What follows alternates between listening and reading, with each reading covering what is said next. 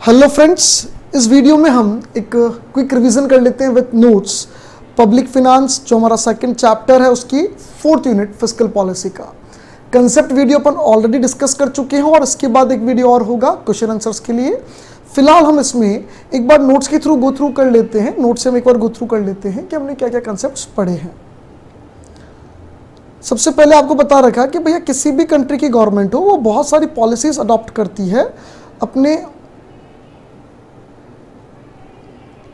अपने इकोनॉमी को ग्रो करने के लिए, फुल एम्प्लॉयमेंट हासिल, रैपिड इकोनॉमिक ग्रोथ के लिए, इक्विटेबल डिस्ट्रीब्यूशन ऑफ वेल्थ हो, गरीबी कम हो जाए, price stability, foreign exchange rate stability, full employment और बैलेंस्ड रीजनल डेवलपमेंट।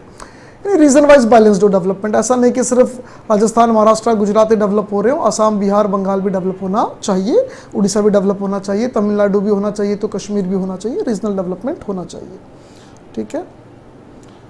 उसके बाद government budget is an important among the most powerful instrument economic policy के। जितने भी इंस्ट्रूमेंट है उसमें सबसे इंपॉर्टेंट है government budget.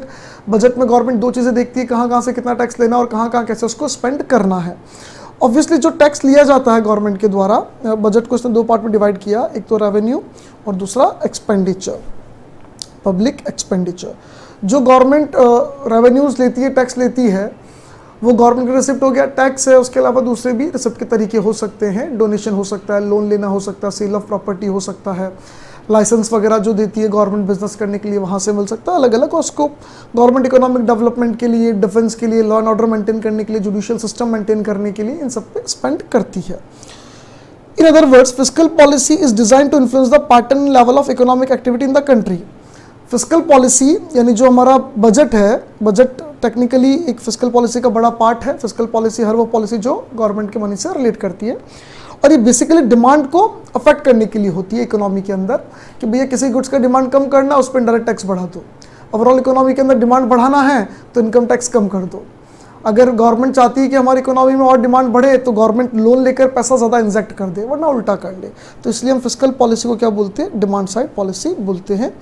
An economy which is producing at full employment level does not requires government action in the form of fiscal policy। यानी अगर कोई economy already full employment level पर है तो वहाँ जो स्ट्रक्चर बना हुआ उसको चलने दो, गवर्नमेंट को इंटरफेरेंस करने की तब तक जरूरत नहीं है जब तक फुल एम्प्लॉयमेंट से हम डाइवर्ट नहीं होते। यानी फुल एम्प्लॉयमेंट अगर नहीं मेंटेन होता, थोड़ा ऊपर नीचे चला जाता है, तो गवर्नमेंट को इंटरवेंशन करना है। अगर फुल एम्प्लॉयमेंट पर चल रहा है तो जब तक चल रहा है तब तक गवर्नमेंट को अब अलग से और कुछ स्टेप लेने की जरूरत नहीं है। जो सिस्टम चल रहा है उसको एज इट इज मेंटेन चलने दो। ऑब्जेक्टिव्स ऑफ फिस्कल पॉलिसी, एक तो डेवलप्ड कंट्री, एक डेवलपिंग कंट्री। देखो डेवलप्ड कंट्री है उसमें चाहिए स्टेबिलिटी, वो ऑलरेडी बहुत अच्छा कर रहे हैं तो वो वैसा करते रहें तो बहुत है।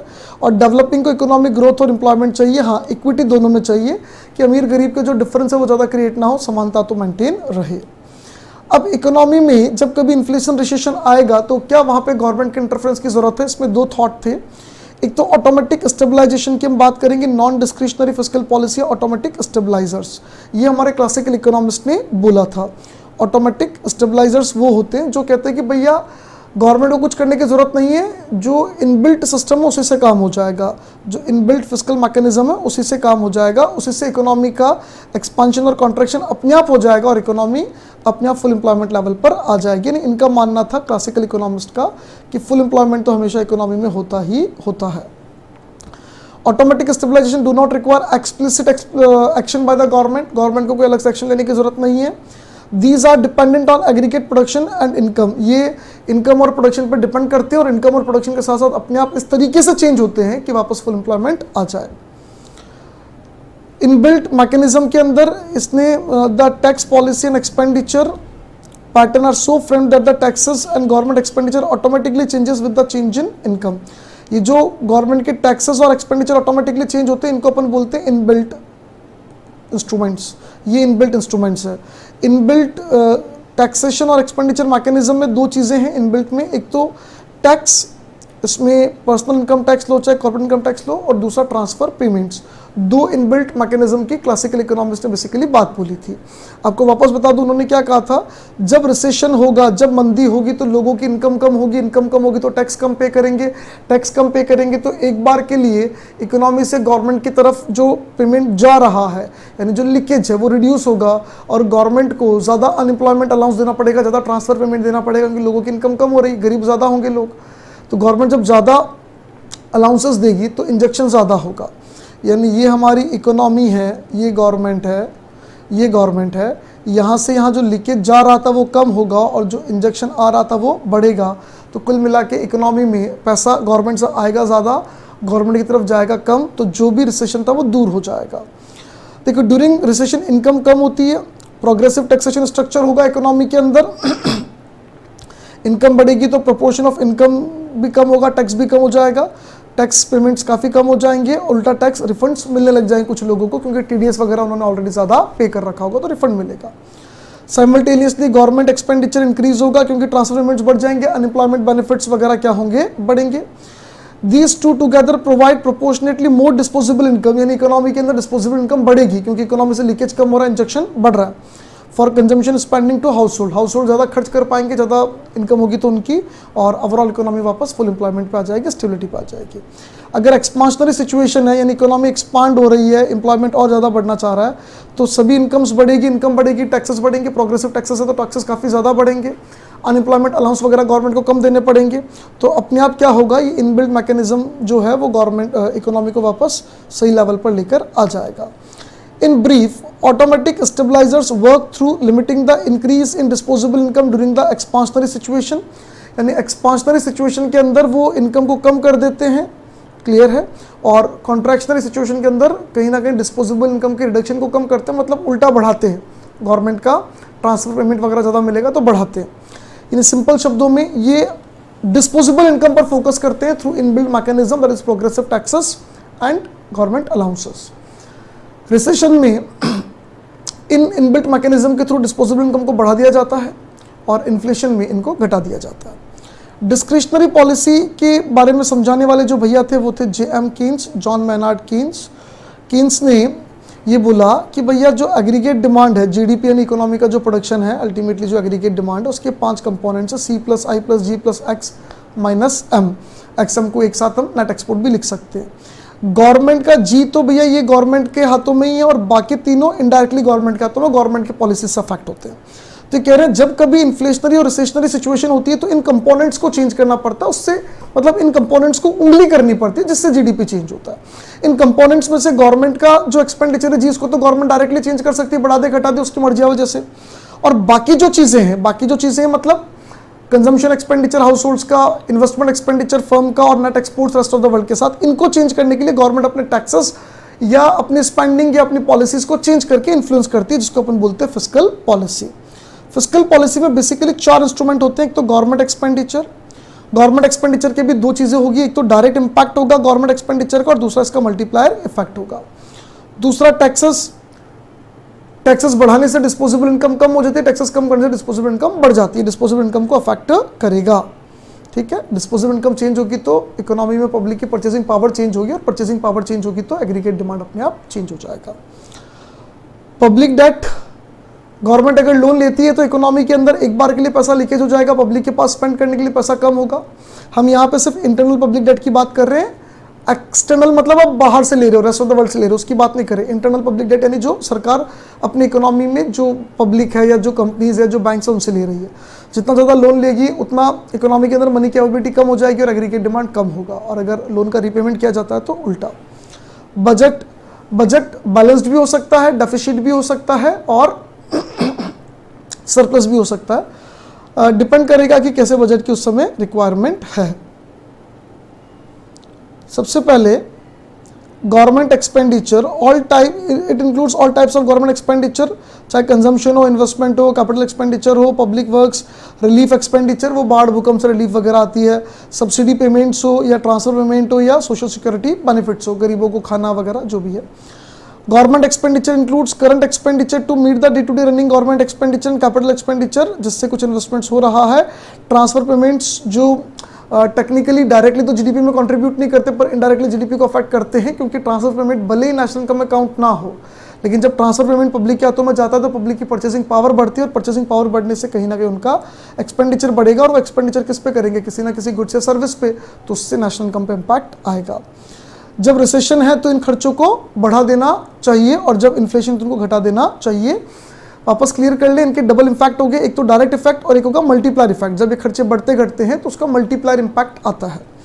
यहाँ पे हमें पब्लिक एक्सपेंडिचर जो डिप्रेशन में होती है उनमें दो चीज़ों पे डिस्टिंक्शन समझना, डिफरेंस समझना जरूरी है। एक तो पंप प्राइमिंग, एक कंपनसेटरी स्पेंडिंग। पंप प्राइमिंग का मतलब होता है जैसे किक स्टार्ट करना, किक मारना। पंप प्राइमिंग का मतलब क्या हो गया, किक मारना। जैसे बाइक खड़ी है, चल नहीं रही है, आप किक मार दो फिर चल जाएगी। एक बार किक मारने की जरूरत है, यानी गवर्नमेंट इस तरीके से इन्वेस्टमेंट कर रही है, इस तरीके से एक्सपेंडिचर कर रही है कि एक तरीके से पंप मारती है। जैसे मान लो कोरोना के बाद इकोनॉमी एक बार रुकी हुई सी, तो गवर्नमेंट ने क्या किया, गवर्नमेंट ने बोला कि साहब हम नए नोट छाप रहे हैं, या कहीं से भी फंड अरेंज किया, नए नोट से अरेंज किया, और कोरोना एक बार पूरा वाइप आउट है, खत्म है, अब बीमारी तो नहीं है, अब इकोनॉमी को संभालना है सिर्फ। मान ले ऐसी सिचुएशन है कि जहां कोरोना खत्म है और इकोनॉमी को संभालना है, तो गवर्नमेंट ने क्या किया, जितने भी किसान हैं सबके खाते में हम 5-5 हज़ार रुपये डाल रहे हैं, या जितने बीपीएल आदमी सबके अकाउंट में 2-2 हज़ार रुपये कैश डाल रहे हैं। सबकी परचेसिंग पावर बढ़ेगी, परचेसिंग पावर बढ़ेगी, एकदम से एक साइकिल चेंज होगा, साइकिल घूमना स्टार्ट होगा, सब खरीदेंगे, प्रोडक्शन बढ़ेगा और पूरा साइकिल चालू हो जाएगा एक बार के लिए। नहीं, अगर किक मारना, पंप प्राइमिंग करना, एक बार इनिशिएट करना, assumes that when private spending becomes deficient, private expenditure proper हो नहीं रही, खर्चा प्रॉपर हो नहीं रहा है, तो certain volume of public spending will help to revive the economy. Economy को रिवाइव करने के लिए गवर्नमेंट एक्सपेंडिचर की जरूरत हो जाती है, क्योंकि प्राइवेट स्पेंडिंग प्रॉपर हो नहीं रही है, वहां रुका हुआ है मामला, तो गवर्नमेंट को किक मारने की जरूरत है। It act as a push for overall economic activities, इससे ओवरऑल इकोनॉमिक एक्टिविटीज पुश होगी। और कंपनसेटरी स्पेंडिंग क्या होती है, जहां गवर्नमेंट को लगता है कि भैया अगले साल 200 करोड़ का इन्वेस्टमेंट होगा इकोनॉमी में, या 2 लाख करोड़ का इन्वेस्टमेंट होगा, तो इकोनॉमी प्रॉपर्ली चलेगी। और प्लान था 2 लाख करोड़ का इन्वेस्टमेंट में से 40,000 करोड़ का गवर्नमेंट करेगी, 1,60,000 करोड़ का प्राइवेट करेगा। पर अब गवर्नमेंट को देखने में लग रहा है भैया प्राइवेट वाले तो इन्वेस्टमेंट 1 लाख करोड़ से ऊपर नहीं कर रहे। यानी जब गवर्नमेंट इसलिए इन्वेस्टमेंट कर रही है, इसलिए एक्सपेंडिचर कर रही है क्योंकि प्राइवेट नहीं कर रही, तो प्राइवेट के एक्सपेंडिचर को कंपनसेट करने के लिए जब गवर्नमेंट एक्सपेंडिचर करती है, प्राइवेट नहीं कर पा रहा है, उसके शेयर को कंपनसेट तो करना पड़ेगा, वरना इकोनॉमी कैसे चलेगी। तो उस कंपनसेशन के लिए अगर गवर्नमेंट करती है उसको अपन क्या बोलते हैं, compensatory spending is said to be restored when the government spending is carried out with the obvious intention to compensate the deficiency in private investment। Private investment कम उसकी डेफिशिएंसी के लिए। टैक्सेस में हम ऑब्वियसली यहाँ प्राइवेट मतलब income tax की बात कर रहे हैं, और इनकम टैक्स में यहाँ पे 2 हो गया, एक तो पब्लिक के लिए जो पब्लिक टैक्स देती डायरेक्ट टैक्स वो, और एक कॉर्पोरेट्स के लिए। रिसेशन होगा तब टैक्स को कम कर देंगे, जैसे डिस्पोजेबल इनकम बढ़ जाएगी। इन्फ्लेशन में टैक्स को बढ़ा देंगे, जैसे डिस्पोजेबल इनकम घट जाएगी। डिस्पोजेबल इनकम कम ज़्यादा होने से अल्टीमेटली इम्पैक्ट किस पे आएगा, डिमांड पे, एग्रीगेट डिमांड पे। पब्लिक डेट, जो पब्लिक लोन लेती है वो पब्लिक डेट है। पब्लिक डेट की अगर अपन बात करें तो यहाँ हम सिर्फ इंटरनल पब्लिक डेट की बात कर रहे हैं, जो लोन्स गवर्नमेंट लेती है बैंकिंग सिस्टम से, कॉर्पोरेट से, या छोटे छोटे हाउस होल्ड्स की सेविंग में से, जो गवर्नमेंट लोन लेती है क्योंकि उसके बजट में पैसा कम पड़ रहा है सपोज। अब जब ये लोन लिया जाता है तो इकोनॉमी में मनी सप्लाई कम हो जाता है, यानी जब इकोनॉमी के अंदर ऑलरेडी इन्फ्लेशन है तो गवर्नमेंट लोन लेगी इकोनॉमी में मनी की अवेलेबिलिटी कम करने के लिए, जिससे एग्रीगेट डिमांड कम हो जाए, और रिसेशन है तो लोन का रीपेमेंट कर देगी। बजट में 3 बातें कि बजट जो बनता है वो इक्वल भी बन सकता है, डेफिसिट भी, सरप्लस भी। अगर रिसेशन है तो डेफिसिट बजट बनना चाहिए। डेफिसिट मतलब इकोनॉमी से गवर्नमेंट ने लिया कम, वापस इकोनॉमी में खर्च ज़्यादा कर रही है, ज़्यादा पैसा इंजेक्ट किया जा रहा है। नहीं तो इसका उल्टा होगा अगर इकोनॉमी के अंदर इन्फ्लेशनरी सिचुएशन है तो। ठीक है, ये सारी चीज़ें आपको यहाँ समझा रखिए। Deliberate changes to the composition of revenue expenditure components of the government are extensively used to change macroeconomic variables। Obviously जो इकोनॉमिक ग्रोथ है, इन्फ्लेशन को चेंज करने के लिए गवर्नमेंट बजट में अपने रिसिप्ट्स और एक्सपेंडिचर को उस तरीके से चेंज करती है। कंपोनेंट्स की पैसा कहाँ से लाना है, कहाँ खर्च करना है, वो सब चीज़ें चेंज करती है। Types of fiscal policy, 2 fiscal policy होती है।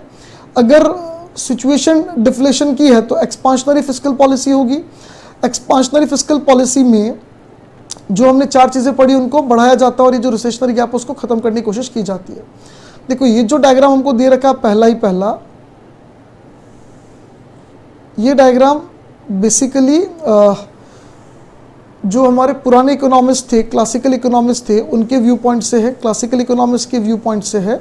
उन्होंने क्या बोला, क्या सोचा उसके हिसाब से वो क्या बोलते थे, जैसे मान लो ये हमारा एग्रीगेट डिमांड है AD1, ये हमारा एग्रीगेट सप्लाई है AS1, इस पॉइंट पे इंटरसेक्शन है, इक्विलिब्रियम आ रहा है Y1 इनकम का, जबकि फुल एम्प्लॉयमेंट है Y2। ये कहते थे कि अगर ऐसा है तो अभी P1 प्राइस पे बिक रहा है और मतलब जो जनरल प्राइस लेवल है P1 है और इकोनॉमिक का इनकम कितना है Y1 है।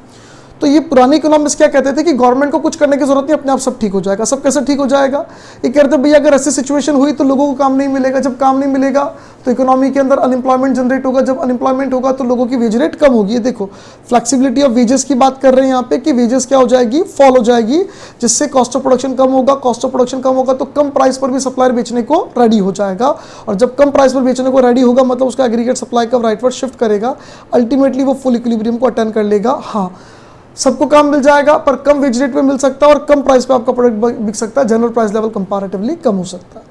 कीन्स ने बिल्कुल अलग बात बोली। कीन्स ने क्या बोला, कीन्स ने बोला कि ऐसा नहीं है।